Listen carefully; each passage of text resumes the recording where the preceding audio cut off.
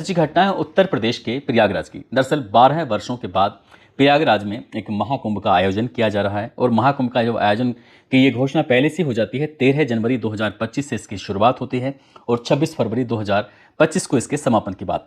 अब जैसे ही शुरुआत की और समापन की बात आती है, उसके एक विशेष भी दिन होते हैं, चाहे पौष पूर्णिमा हो या फिर मकर संक्रांति हो, मौनी अमावस्या, बसंत पंचमी, माघ पूर्णिमा, महाशिवरात्रि। ये खास दिन माने जाते हैं। इनमें श्रद्धालुओं की संख्या बढ़ने की ज़्यादा उम्मीद होती है। लेकिन जैसे ही महाकुंभ की तैयारी चल रही थी, तो महाकुंभ की तैयारी होने से पहले ही ये चाहे रेलवे स्टेशन हो, हवाई अड्डा हो, बस अड्डा हो, यूट्यूब के अलग अलग प्लेटफॉर्म हों या फिर फेसबुक हो, टीवी हो, अखबार हो, जहां देखो वहां पर इसी महाकुंभ की चर्चा शुरू हो जाती है। बस मकसद ये था कि घर घर में इस महाकुंभ के बारे में जानकारी होनी चाहिए।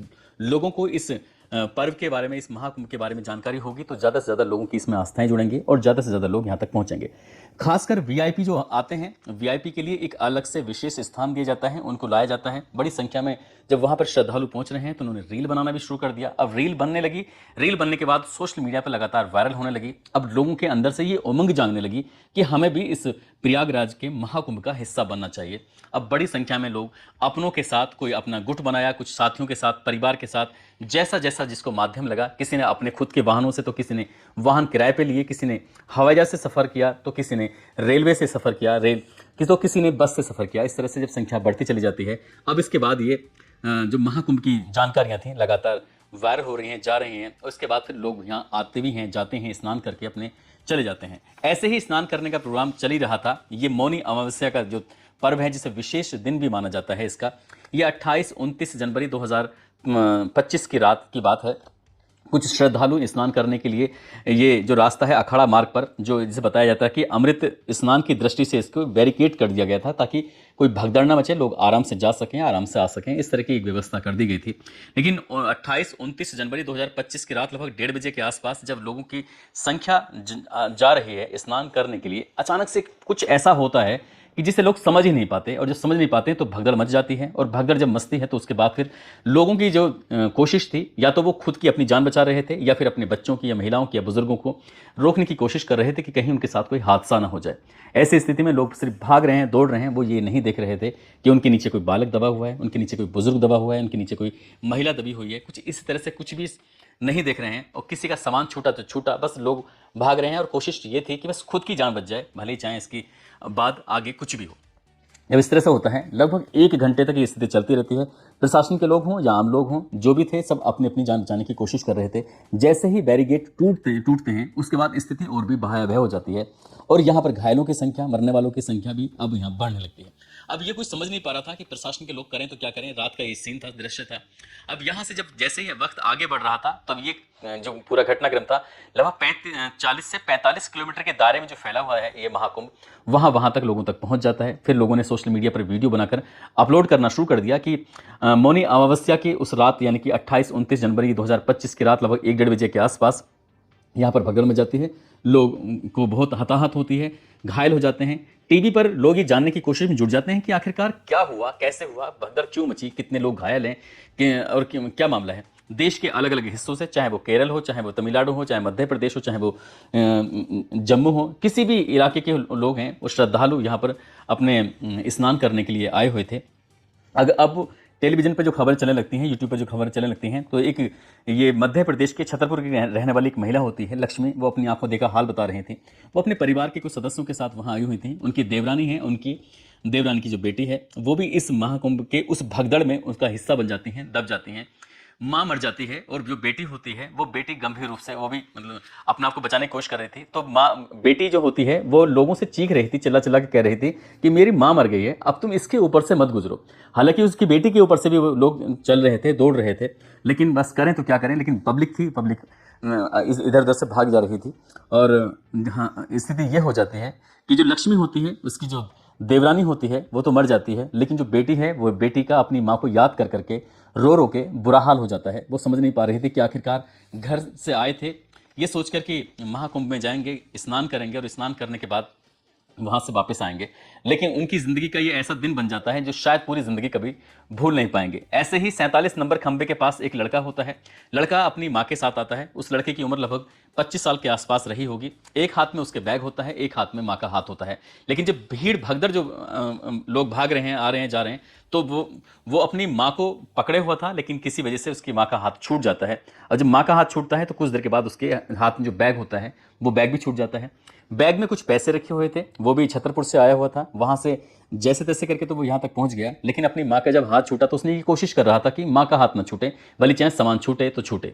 लेकिन माँ का हाथ भी छूट जाता है। उसकी माँ को, अपनी माँ को तलाश करने के लिए 29 जनवरी 2025 को देर शाम तक वो इधर उधर भटकता रहा, लेकिन उसको उसकी माँ नहीं मिली। जब एक पत्रकार ने उससे पूछा तो वो रोते रोते कहने लगा कि थोड़े से पैसे थे, बैग में थोड़ा सा सामान था, वो हाथ से छूट जाता है।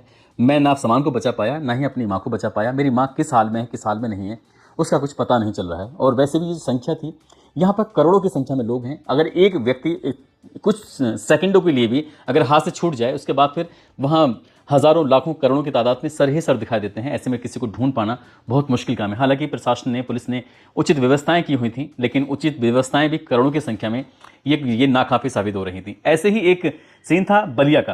दरअसल बलिया के फेफना थाना क्षेत्र का एक गाँव लगता है नसीराबाद। वहाँ का रहने वाला एक व्यक्ति होता है दिनेश पटेल। दिनेश पटेल अपनी बेटी, अपनी पत्नी के साथ गया हुआ था। बेटी की उम्र लगभग 12 साल, पत्नी की उम्र लगभग 35 साल के आसपास होती है, और वो अपनी साली को भी लेके गया हुआ था। ये सदस्य लगभग 5 सदस्य होते हैं, जो कि 28 जनवरी 2025 को ट्रेन के माध्यम से ये महाकुंभ में पहुंचे थे। और इन्होंने अपने घर पर 29 जनवरी 2025 को ये सूचना दी सुबह 7 बजे के आसपास कि जो उनकी बेटी है जिसकी उम्र 12 साल है, और पत्नी है जिसकी उम्र 35 साल के आसपास है, वो इस महाकुंभ में भगदड़ के दौरान मर गए हैं, वो बच नहीं पाए। जब ये सूचना दी जाती है तो घर वालों का रो रो कर बुरा हाल हो जाता है। ऐसे ही लगभग बताया जाता है कि लगभग 35 से 40 ऐसे लोग हैं जिनके परिवार के चिराग, किसी की माँ है, किसी का बेटा है, किसी का पिता है, तो किसी का पुत्र है, वो अब इस दुनिया में रहे नहीं हैं। और 90 ऐसे लोग हैं जो लगभग घायल हैं गंभीर रूप से। जैसे ये खबर सोशल मीडिया अखबारों के माध्यम से लोगों तक पहुंचती है, उसके बाद पुलिस प्रशासन तक पहुंचती है। पुलिस प्रशासन ने शुरुआत में तो इस मामले को कहीं ना कहीं छुपाने की या दबाने की कोशिश की थी, लेकिन हो सकता है कि ये जानने की कोशिश कर रहे हो कि आखिरकार ये मामला हुआ कैसे, कैसे नहीं हुआ। देर शाम तक, क्योंकि आधिकारिक रूप से पुष्टि नहीं कर रहे थे, सोशल मीडिया पर इस तरह की कुछ बातें भी चलने लगती हैं कि जब ये संख्या बता रहे हैं कि आज के दिन इतने करोड़ लोगों ने डुबकी लगाई है, तो फिर ये पता करने में इतना वक्त क्यों लगा कि घायल कितने हैं और मरने वालों की संख्या कितनी है। ऐसे ही एक अखबार में ये खबर प्रकाशित होती है कि भगदड़ की जो प्रमुख 2 वजह बताई जाती हैं। एक वजह ये बताई जाती है कि अमृत स्नान की वजह से ज़्यादातर पांटूल पुल जो बंद थे, इस कारण संगम पर लाखों की भीड़ इकट्ठा होती चली गई। इस दौरान बैरिकेड्स में फंसकर कुछ लोग गिर गए। यह देखकर भगदड़ मचनी शुरू हो जाती है। पहला कारण तो उन्होंने ये बताया। दूसरा कारण यह था कि संगम नोच पर एंट्री और एग्जिट के जो रास्ते थे वो अलग अलग नहीं थे, बल्कि एक ही थे। लोग जिस रास्ते से आ रहे थे उसी रास्ते से वापस जा रहे थे। ऐसे में जब भगदड़ मची तो भागने का मौका नहीं मिला, वे एक दूसरे के ऊपर गिरते चले गए, और भगदड़ में ये लोग, कुछ लोग मर जाते हैं और कुछ लोग गंभीर रूप से घायल हो जाते हैं। संगम सहित लगभग 44 घाटों पर यह बताया जाता है कि 29 जनवरी 2025 को लगभग 8 से 10 करोड़ श्रद्धालु डुबकी लगाने की अनुमान बताया जा रहा था। अब इसके बाद जैसे ही ये घटनाक्रम होता है, घटनाक्रम होने के बाद ये मामला पूरे देश भर में फैल जाता है, और खासकर उन लोगों के लिए थोड़ी सी परेशानी का सबब बन जाता है जो महाकुंभ में जा रहे थे। इसके लिए प्रयागराज में एंट्री के लिए 8 पॉइंट बनाए जाते हैं। भारी भीड़ की होने की वजह से ये जो पॉइंट थे इनको बंद कर दिया जाता है। ये बताया जाता है कि प्रयागराज में बुधवार को लगभग 9 करोड़ से ज़्यादा लोग पहुंचेंगे, और इसके बाद लगातार लोगों के आने का सिलसिला जारी था। भारी भीड़ को देखते हुए प्रशासन ने प्रयागराज में आने वाले 8 एंट्री पॉइंट को कुछ समय के लिए बंद कर दिया था, जिसमें एक पहला भदोही होता है। भदोही यानी कि वाराणसी बॉर्डर पर लगभग 20 किलोमीटर लंबा जाम लग जाता है। चित्रकूट पर 10 किलोमीटर लंबा जाम लग जाता है। कौशाम्बी बॉर्डर पर सड़क से पार्किंग पर 50,000 से ज़्यादा वाहन रोक दिए जाते हैं। फतेहपुर कानपुर बॉर्डर पर यहाँ से लगभग वाहनों की एक लंबी कतार देखने को मिली थी। प्रतापगढ़ बॉर्डर पर 40,000 से ज़्यादा वाहनों को रोका गया। जौनपुर बॉर्डर पर, जौनपुर जिले के बदलापुर में पुलिस ने प्रयागराज जाने वाली सभी बसों को रोक दिया था। और मिर्ज़ापुर बॉर्डर पर यहाँ पर गाड़ियों की लंबी लाइन देखने को मिली थी, और रीवा बॉर्डर पर 50,000 वाहनों को रोक दिया गया था। इस तरह से जब देखा गया तो जो प्रयागराज को जोड़ने वाले जो मार्ग होते हैं, क्योंकि भीड़ एक साथ वहाँ पर बढ़ेगी तो दिक्कत हो जाएगी। फिर उसके बाद चाहे वो उत्तर प्रदेश के मुख्यमंत्री योगी आदित्यनाथ हों, चाहे वो देश के प्रधानमंत्री हों, या फिर गृह मंत्री हों, या प्रशासन के बड़े आला अधिकारी हों, सभी की ज़्यादातर एक ही अपील थी। उन्होंने कहा कि जहाँ जिसको मौका मिले वो वहाँ पर अपना स्नान कर सकता है। ऐसा ना हो कि संगम तट पर जाने की जिद में होड़ में कहीं कहीं भविष्य में कोई ऐसा हादसा ना हो जाए।